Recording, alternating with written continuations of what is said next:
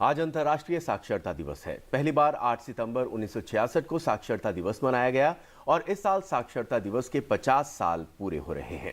सामाजिक और आर्थिक तरक्की के लिए साक्षरता के महत्व को बताने के मकसद से साक्षरता दिवस दुनिया भर में मनाया जाता है। साक्षरता किसी भी देश की सामाजिक आर्थिक तरक्की का आधार होती है। एक साक्षर और शिक्षित समाज ही लोकतांत्रिक तरीके से आर्थिक और सामाजिक उन्नति के बारे में बेहतर तरीके से सोच सकता है। यानी समाज जितना अधिक साक्षर होगा, देश का विकास भी उतना ही होगा। लेकिन विकसित देश बनने की ओर तेजी से अग्रसर भारत की साक्षरता दर अब भी संतोषजनक स्तर तक नहीं पहुंच पाई है। ये सच है कि पिछले 6 दशक के दौरान भारत में साक्षरता दर चौगुनी बढ़ी है, लेकिन ये अब भी विश्व औसत से काफी कम है। 1951 में जहां देश में साक्षरता दर 18% थी, वहीं 2011 में ये बढ़कर 74% तक हो गई, जबकि विश्व औसत 84% है।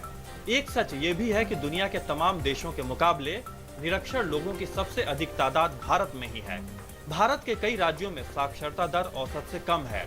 2011 के आंकड़ों के मुताबिक 94% के साथ केरल की साक्षरता दर देश में सबसे अधिक है, जबकि बिहार की साक्षरता दर सबसे कम करीब 64% है।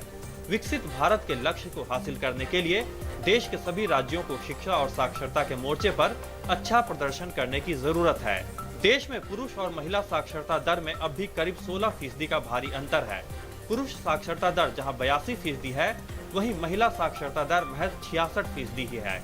महिला और पुरुष साक्षरता दर की इस खाई को पाटने की जरूरत है। यही वजह है कि मौजूदा सरकार देश में लड़कियों की शिक्षा पर खासा जोर दे रही है।